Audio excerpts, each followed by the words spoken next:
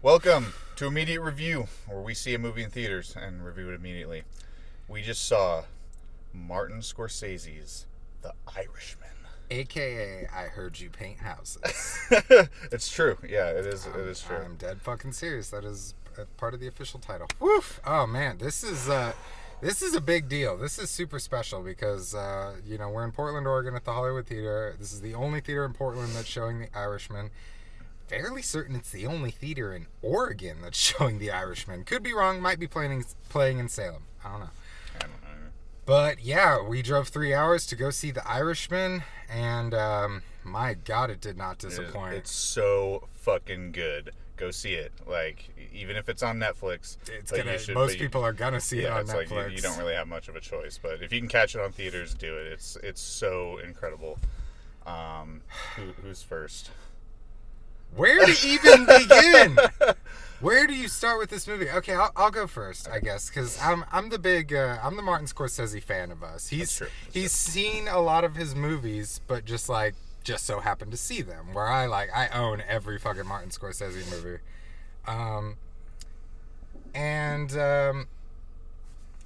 in that sense, it didn't disappoint. I love the man's style so much. I was talking about it earlier, just like Martin Scorsese came from that first generation of directors who went to film school in the 60s, and so he learned the technique and craft of cinema, but he was also part of that generation that basically reinvented and redefined cinema and changed the fucking game. And so his style is very conventional at times, and then he'll just hit you with some experimental weird shit where he's not afraid to break the rules because he basically invented the fucking rules. It's true. He was there when the book was written. Always. All of his movies have something where it's being just presented as a normal movie, and then there's just some weird editing or some weird sound effect or some weird freeze frame or some weird something. And I don't know, I'm starting with just talking about Martin Scorsese, but this movie did it, and I love it. So the movie itself, it's one of those grand epics that follows a person's entire life, and it's told non-linear, so it's jumping back and forth between different periods of time in his life, and it's done extremely well here. It starts off with basically Frank, our main character played by Robert De Niro, in the retirement home, I believe, or he's in prison at that point, the prison retirement home. That's where it starts. I believe so. Yeah, the tracking shot was at the retirement home. This is a lot of movie. It's a lot of movie. Yeah, it really is. It's the type of movie that's not really fit for this format we're doing, where we just want to review it immediately, because everything is just still swimming in your head. I mean, it's a 3.5 hour movie. 3.5 fucking hours. There is substance here. Yeah. There is shit to fucking talk about, and it just keeps going. It's crazy. Okay, so it tells that story, and it's in the movie it reminded me most of, honestly, isn't other Martin Scorsese movies, but Once Upon a Time in America, which also stars Robert De Niro. But just the way you feel like you've lived this guy's life and not just hit the bullet points. The movie's so long that it immerses you so well, and you just you feel like you're living this character's life. It doesn't start as early in his life like Once Upon a Time in America. You literally see his whole life, but this one, it starts, he's about 30, maybe 40.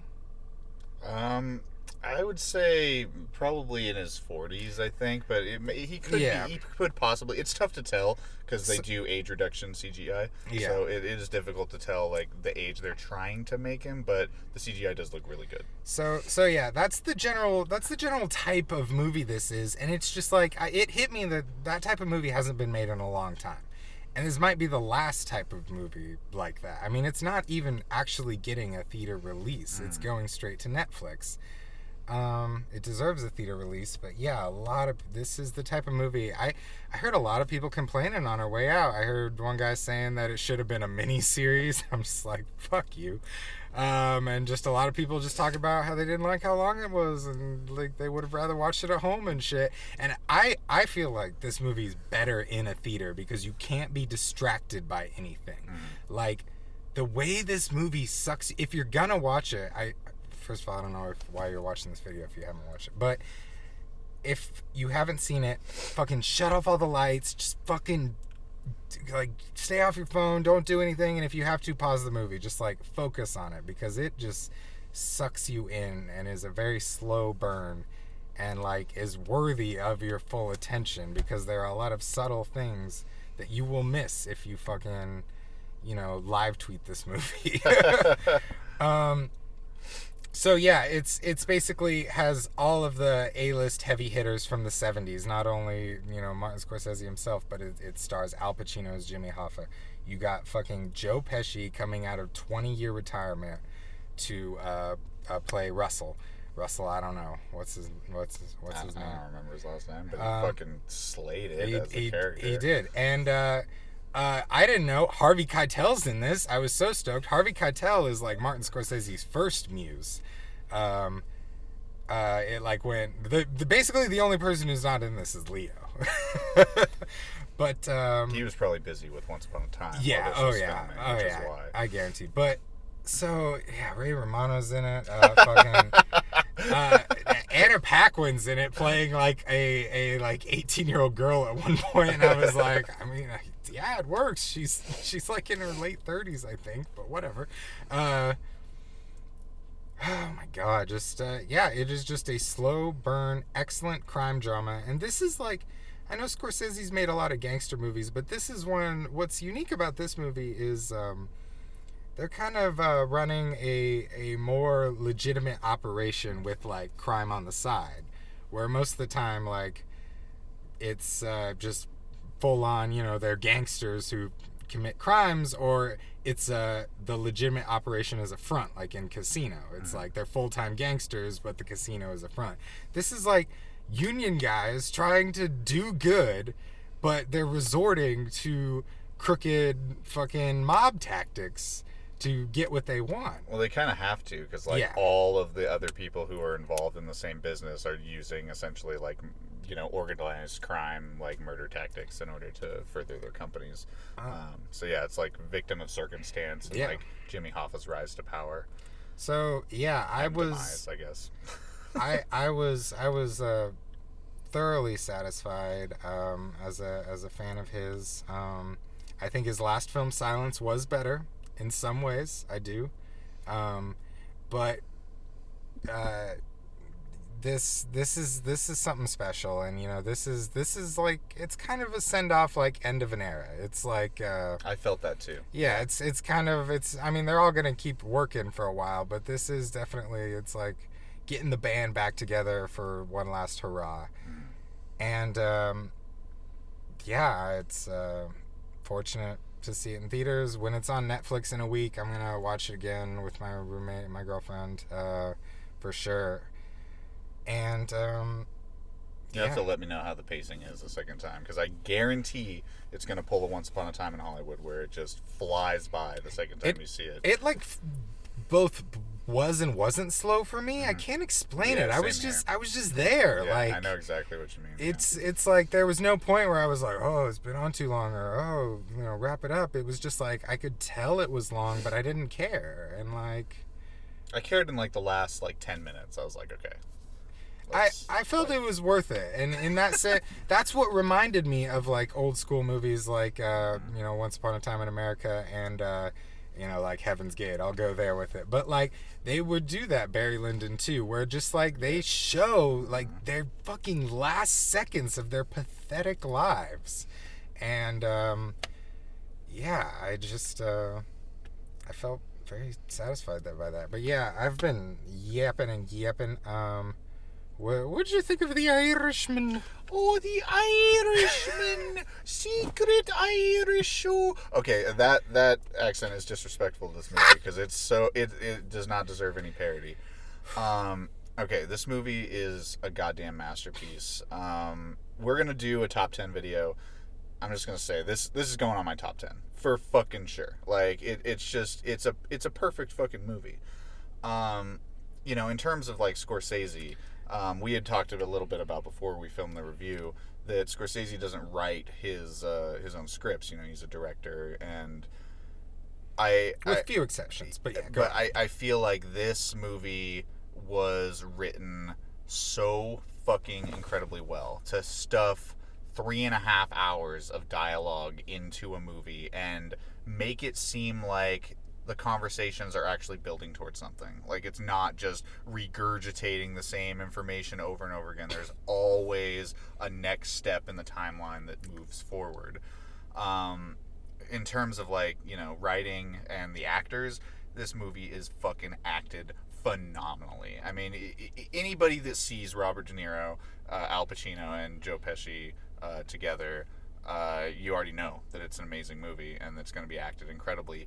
It goes above and beyond. Joe Pesci hasn't worked in 20 years. Sorry to interrupt, but go ahead. That's so impressive. Yeah. He snapped back into it like nothing. He was the best one. I thought he delivered the best performance out of all of them. Sure, yeah, and was genuinely, I don't know, I feel like he had a good character arc too.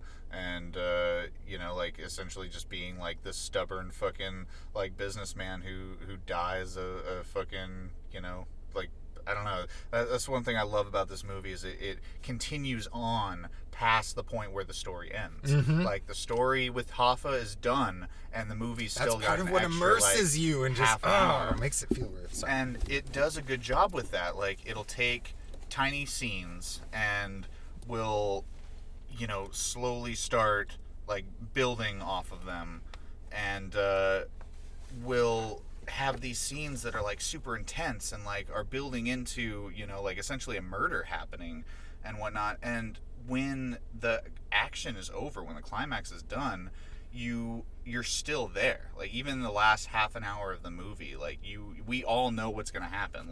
Hoffa's dead, everybody's fucking dying, everybody's old, and we're walking into seeing Robert De Niro die himself. And it doesn't shy away from the time that takes. It feels like, yeah, Hoffa's dead, the movie's over, and it just continues this, droll continuation of towards the end of his life. Which some people will hate. Yes, some people will hate it, but I honestly feel like it works so well for this movie of coming back to the very beginning and showing that all of this work and all of this evil and all of this fucking horrible things that these people did, the main satisfaction is they didn't tell anybody. Nobody found out. And that was it. They didn't get anything out of it. They spent the rest of their lives in fucking jail and died of cancer, or they were murdered. It's fucking just and like you said, an end of an era, a large, portion of Hollywood and filmmaking and even the genre of these old amazing gangster-esque films. I feel because a lot have been done. It's hard to make it fresh. It's hard to do it again and keep it going. Look at Rambo, the newest Rambo that came out. It's get action movies in general. At Terminator: Dark Fate. Fucking Hobbs and Shaw. These continuing franchises that just don't fucking work because they're regurgitating the same ideas. This movie has real explosions too. I'm sorry to interrupt again. Go on. I talked for a long time. Keep going. So I want to talk about the age the age reduction CGI. I was a little worried about it going in, to tell you the truth. I was very worried. And there was one scene where they're in a bowling alley, and Joe Pesci and Robert De Niro are talking about the relationship that both of them have with Robert De Niro's daughter and how she kind of feels afraid of them. You can definitely tell that there's some age reduction on Robert De Niro's face in this scene. Other than that, it was fucking flawless. It looked so goddamn good. It honestly made me a little mad because Gemini Man was advertised as if it's the greatest fucking age reduction fucking and this facial is just capture. A mean to an end. And this is it's I thought the first scene with Joe Pesci wasn't good. He was doing a lot of moving around like this, and I saw a couple just blur moments. Yeah. It wasn't it didn't ruin it, and I've seen worse, but I was definitely like, if it's like this the whole movie, that's a problem. Yeah. The toughest very shots, next scene, perfect, great. The rest of the movie, I forgot about it most of the time. Like, yeah, the toughest shots with facial stuff is whenever a camera's like moving, and a lot of times they'll use like mechanical movement so they can mimic a camera motion exactly on point. Yeah, they didn't do that. There was a lot of shoulder shots. Honestly, I was like, the lack of gimbal use and whatnot was incredible. Well, they shot this on 35 millimeters, so they had like a lot of super heavy fucking cranes and shit that, and like they had the big fucking packs crane shots. Yeah, dude. Dude. Man, the crane all shots of Martin Scorsese's so fucking good. All of his movies have those epic, just start in the corner and swoop the fuck down right into their face. They were so good. And okay, so the next bit I feel like we need to talk about is, we have been seeing some stuff on Twitter. Maybe later. Let's keep talking about the movie. Well, that's what I am talking about. Like, there's some arguments and whatnot going on about how Martin Scorsese doesn't like Marvel movies, and I think that this is like a perfect example of the contrast between a Marvel movie and a cinematic movie, essentially, which is what Martin Scorsese talks about. That there's a difference between these theme park ride movies, which is Marvel, and real cinema. And this is a perfect example to come out with as this argument is happening, because the tension in this movie, you can cut scene by scene with a fucking knife. Like 90%, even though we know what's going to happen. Yeah, 90% of the movie is immaculate tension. And it's not even trying to do it. You just know that, like, a murder could happen at any fucking second. And that eventually it's building up to the death of Jimmy Hoffa. Anybody that knows the history of Jimmy Hoffa, when they hear that name, they know this motherfucker's gonna die in this movie. Like, it's just how it is. And it of course it happens in this movie. We're not gonna go into that because it's obvious. But, like, the movie has stakes. It has tension. You don't know who's gonna survive this scene. Like, and that's every fucking scene in the movie. You don't know how the murder is gonna happen, what's gonna happen, and the tension is real. I was like clammy and sweaty like the whole fucking movie. Like, it's stressful. And compare that with Endgame. Like, you're going there, man. There's no stakes. There's no stakes. There's a great video on it. If I can find it, I'll link it in the description. But there's a video that goes into it. Watch that video, watch this movie, and you'll understand. If not, then I'm sorry. The video is made by an MCU fan, by the way. Yeah. Okay. Which we are not. Okay, we may touch upon this again, but let's go back into the Irishman. Okay, sound design. What the fuck? Dude. Okay, it's so fucking good. Yeah, man. Scorsese. When it comes to editing, there was not a lot of like fancy sound editing, but there's two things you can do with that. You can either do something unique with the sound design, or you can make your sound design immaculate as fuck, and that's what Martin does with this movie. Every sound in this movie is pristine as fuck. You turn the video off and just listen to it play sound over the speakers, and it's a masterpiece. Like, there are scenes where people are talking and they are loud as fuck, and you don't hear any background noise at all. Like, the preamps and the mics that they're using are fucking state of the art and incredible, and totally, like, it's amazing. And that's another reason why you should see it in theaters with a legit sound system, because it doesn't compare. Like, it's true. I want to get into the Netflix thing in a second as well, but let's go over our list. The list is going to be, because I could sit here and just say the movie's amazing like for an hour, and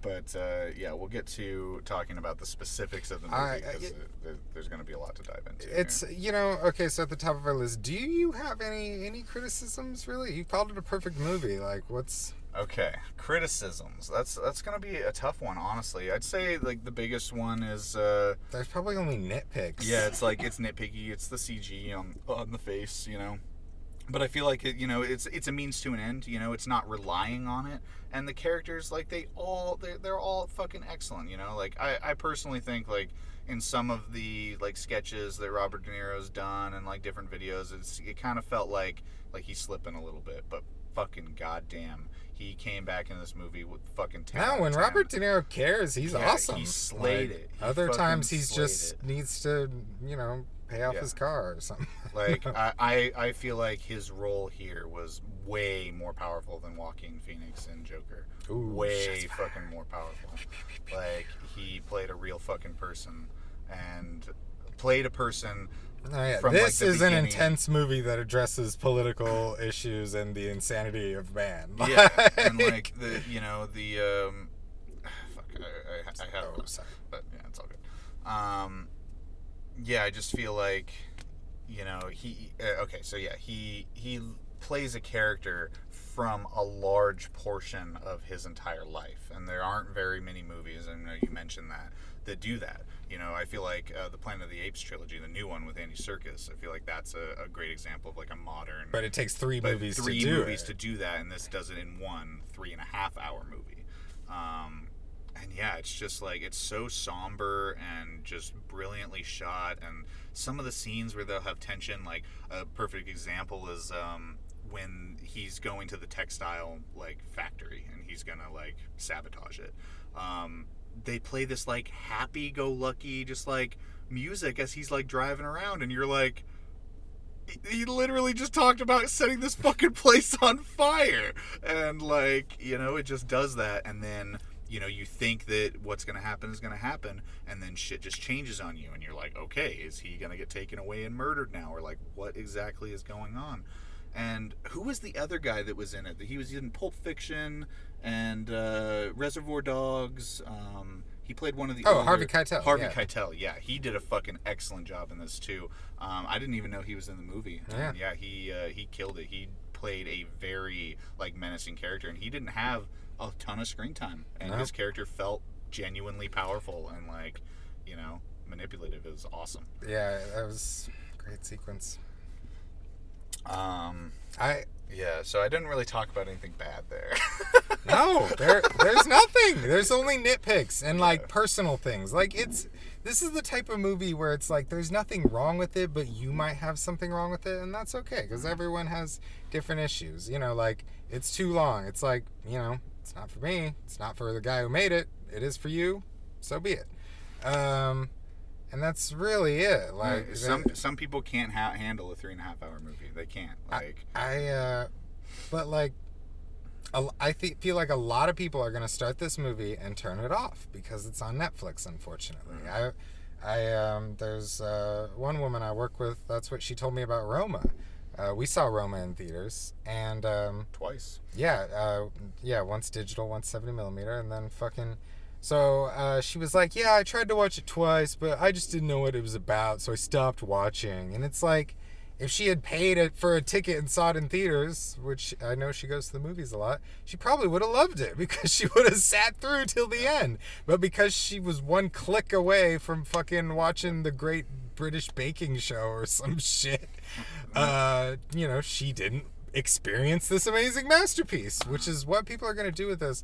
And oh boy, MCU fans are just going to be like, it's boring and boring. That's what it is. Yeah, I mean, we expect this video to get some hate just because it's the Irishman, but yeah, my comments will probably piss off some MCU fans. Sorry.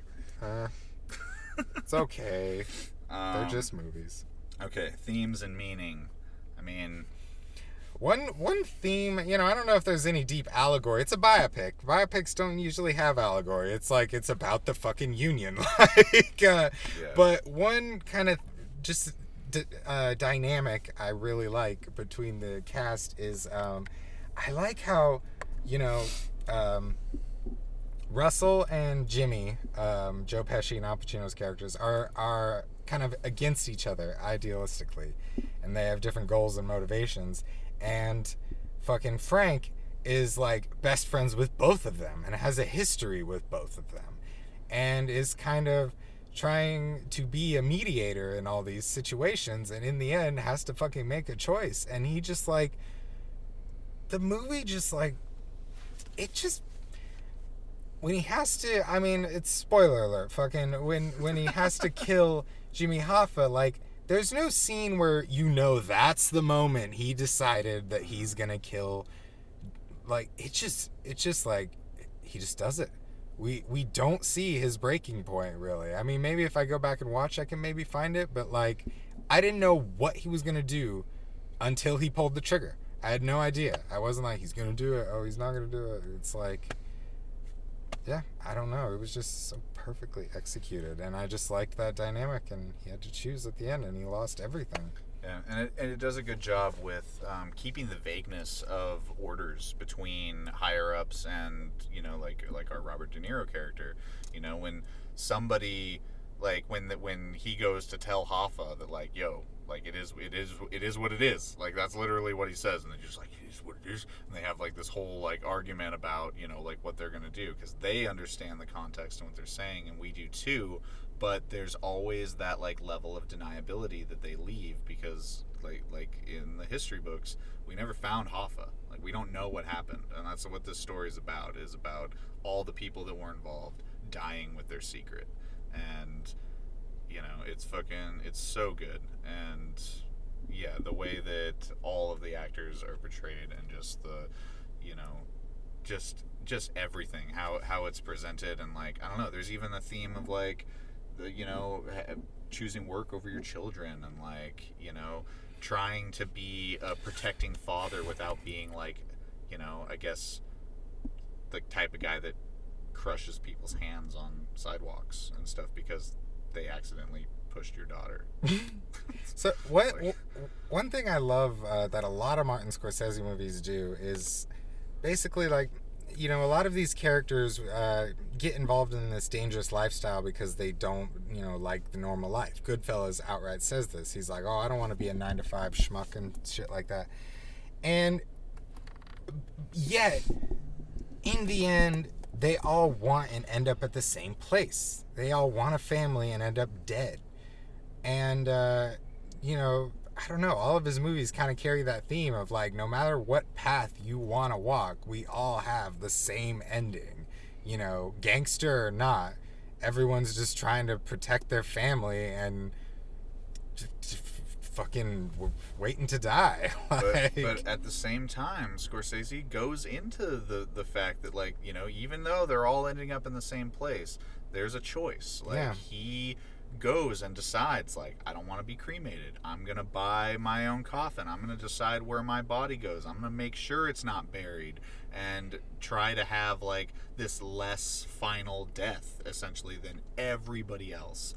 And it's interesting, too, because it kind of fits in with his character and how his character is motivated, you know, throughout the whole thing. Like, he's trying to do essentially the same thing that all these companies are doing, but, like, trying to keep some sense of, like, loyalty, and in that he feels morally, like, I guess, justified in what he decides to do. And yeah, he felt justified in his whole life, and they show it with the FBI agents, where they're like, look, everybody's dead, like, just give this family some closure. And he's like, nah, can't do it. I don't know any of them. Yeah, it's like but his pride and his sense of, like, you know, even with all these people dead, like, he still holds that sense of, like, I'm keeping my fucking secret, and even if there's no point to him keeping it anymore. I just like to say too, I like how this still has Martin Scorsese's kind of sense of humor about it. It's hilarious. It is, yeah. It's super there are funny. A lot of good jokes. I mean, Martin Scorsese movies in general, like Wolf of Wall Street, might as well be a comedy. Like, yeah, my all-time favorite one is throughout the movie. They're just like, anybody who's in the mob or a notable figure, not really a character in the movie. It'll like freeze frame and sometimes pop up a little info box of like how they died and what happened, and it'll always be like, oh, shot in the head, or like, you know, stabbed, you know, in the back and some shit. And there's one guy at freeze frames, and it's just like, well liked by everybody, died of natural causes. Yes. And instead of like the early 80s, it's like in 2001. Right. Oh, it was so funny, and just like, it's unnecessary, and I don't mean that in a bad way. I just mean, like, you know, the movie would still be a masterpiece without it, but it's just like cherry, and there's just like, this movie is just a big beautiful cake with all the decor, and it's perfect. You know, it really plain is. cake is good, but somebody worked really hard on this cake, and it's extra good. And there's filling, and there might even be some ice cream in there. Yeah, lots of ice cream. You gotta watch the movie, you'll understand. Al Pacino loves that juice. I loved that. She's like, oh, give me my ice cream. Give me that ice cream. It's like his emotional support ice cream. Yeah. He eats a lot of it too. We talk about how like Brad Pitt's always eating in movies, and like Al Pacino, he eats a fuck ton of ice cream in this, like 4 or 5 bowls at least on camera, and not to mention all the like takes that he had to do. You could tell like the bites that he's taken are super fucking tiny because he has to take hundreds of them probably. Oh man, I love this movie. It is so amazingly good. Go see it, you know, if you aren't sold. We talked about the writing, talked about acting, cinematography, top notch. First Netflix film shot in 35mm, and whoever his DP was killed it. I'm pretty sure it wasn't Robert Richardson, because I don't know. He shoots for Scorsese a lot, but he also shoots for Tarantino, and I know for a fact he shot Once Upon a Time in Hollywood, so I'm pretty sure he's busy with that. They got to flip a coin to decide who's gonna do what. But yeah, it's deserves to be nominated for best cinematography for sure. For sure. I will say, while the performances are stupendous, I think the only one who like is deserving of a nomination is Joe Pesci. I just like it's fucking warping in and out. We're using our phone because we forgot the SD card in the camera. But my fault. But what was I saying? I don't know. De Niro and Pacino, top notch, A+. They've done it a million times. They're fantastic actors. We know they've delivered better performances that they haven't won Oscars for. But like Joe Pesci, 20 years retirement, came back, fits like no problem, perfect acting throughout the whole movie. Just like even when he got old, he just like. I mean, we could split it up, man. Like give De Niro lead and give Pesci supporting. There's only 5 slots, and it's just like Robert De Niro. He's had plenty, and. So you thinking like lead actor? Because he wasn't. Joe Pesci would be supporting actor. Yeah, supporting actor. I nominate Joe Pesci, but it can't. There's only 10 spots. They can't all take up this. We at Immediate Review nominate this person. Okay, special effects. We talked about the CG. Let's talk about the explosions. We got a boat, like 5 cars, individual cars, and then we got like 20 cars in a taxi scene. They had a lot of explosions in it. It was awesome. They blow up cars. Amazing squibs. I think there was 3 explosions in for car bombings, and then the taxi stuff. They blow up a it's like a crane construction company or something right at the very end, and they blow up a lot of shit, and it's all done practically. It's very cool. Also, Martin Scorsese uses CGI subtly in this movie very well. There are a couple scenes where the camera goes through there's one where it goes through the windshield of a car, and the windshield CGI, but it blended seamlessly. Like, it looked so fucking good. And there was another one where he goes into the restaurant, and it went right before Robert De Niro killed that one cocky gangster. Mm-hmm. I liked the one at the nursing home too. Yep. Right at the last shot where it shows the nurse walk out and leave where him, it panned and over. Then it pans over and then hits the wall, and their lighting changes, and then it's nighttime and everybody's gone. Perfect composite. Seamless. Fucking seamless. And he also did fucking bravo. There were good CGI blood moments. I normally hate CGI blood. Yeah, when Fitz gets shot. I cannot name another movie where I've seen CGI blood and been like, oh, that looks good. No, it always looks horrible. Yeah. Martin Scorsese pulled it off. I mean, his CG department did. But yeah, special effects. We talked about sound design. Yep, music was great. Yeah, it was. It wasn't too varied. I'm not going to run out and buy the soundtrack, but it had a core theme that was playing throughout it. It was like... and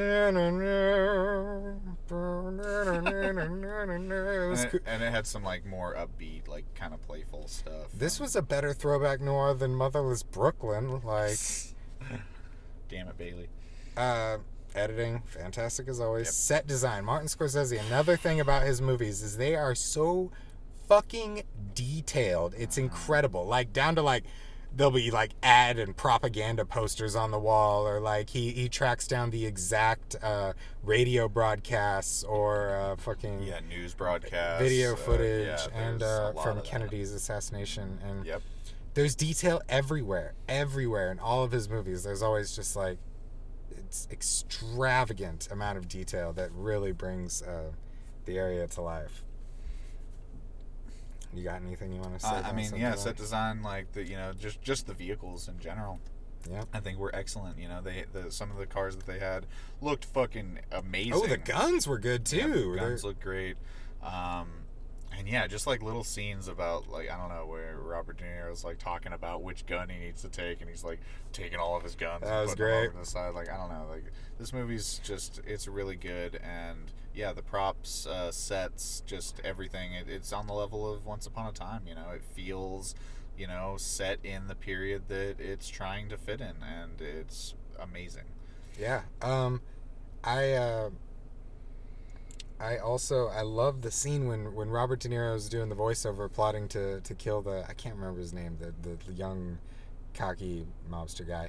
He's like telling what he's gonna do. He's like, oh, first you gotta go in the bathroom, blah blah blah, and then you gotta do this, and you gotta make sure to keep a lookout and stuff. And then when he does kill him, he does none of that. Yeah, it was awesome. And yeah, he's like, one gun you're gonna use, and then one gun for your backup, and he just started pulling out both the guns and dual wield. Yeah, he did nothing that he said. It was fuck.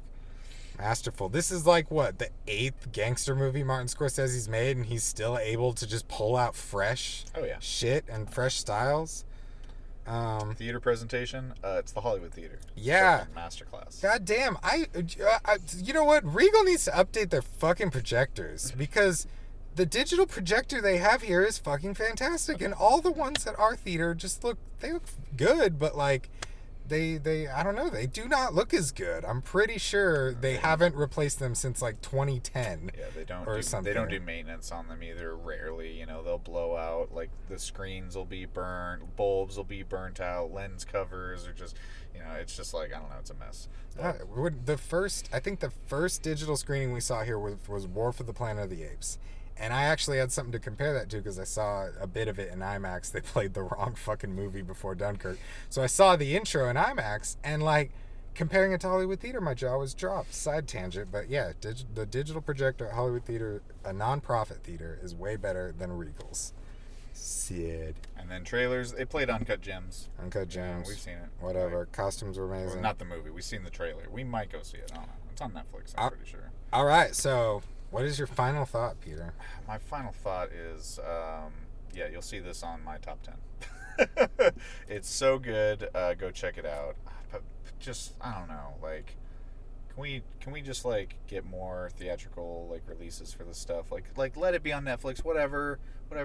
Just let people see it in the theaters. No, Netflix fucked Martin Scorsese over. They promised. I've been following this movie for like a couple years, and they promised him a fucking like theatrical release, and when deal time came, they were too stubborn and didn't close the deals, and it got a limited release, which is not what Martin agreed to. Yeah.